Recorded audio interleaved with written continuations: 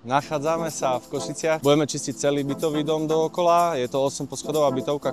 Máme tu so sebou na túto zákazku dva naše najväčšie stroje. Tá fasáda je už vo veľmi zanedbanom stave, tak budeme na to potrebovať, odhadujem, 2 až 3 pracovné dni, keďže je to skoro 3000 m2. Ako jediná firma na Slovensku nepoužívame na čistenie vysokotlakové čističe. Používame vlastne ručné postrekovače, ktorými nanášame našu vlastnú čistiacu emulziu na fasádu, takže ho nanesieme zo spodu steny až na vrch, necháme to nejaký čas kryštalizovať, pôsobiť. Ona začne rozkladať všetky tie nečistoty v tej fasáde, ktoré sa môžu síce zdať ako mechanická špina, ale väčšinou sú to huby, machy, plesne, riasy a iné živé organizmy.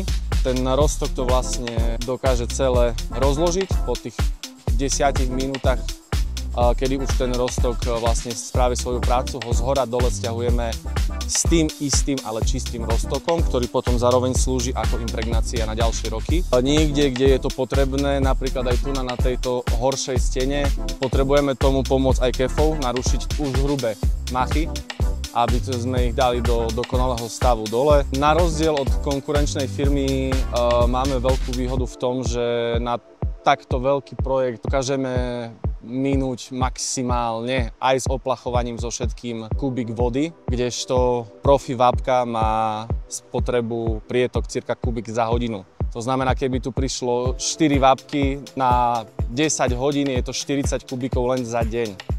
My minieme za celé 3 dni kubík vody maximálne, ktorý používame len na riedenie vlastne koncentrátu, ktorý si nosíme so sebou.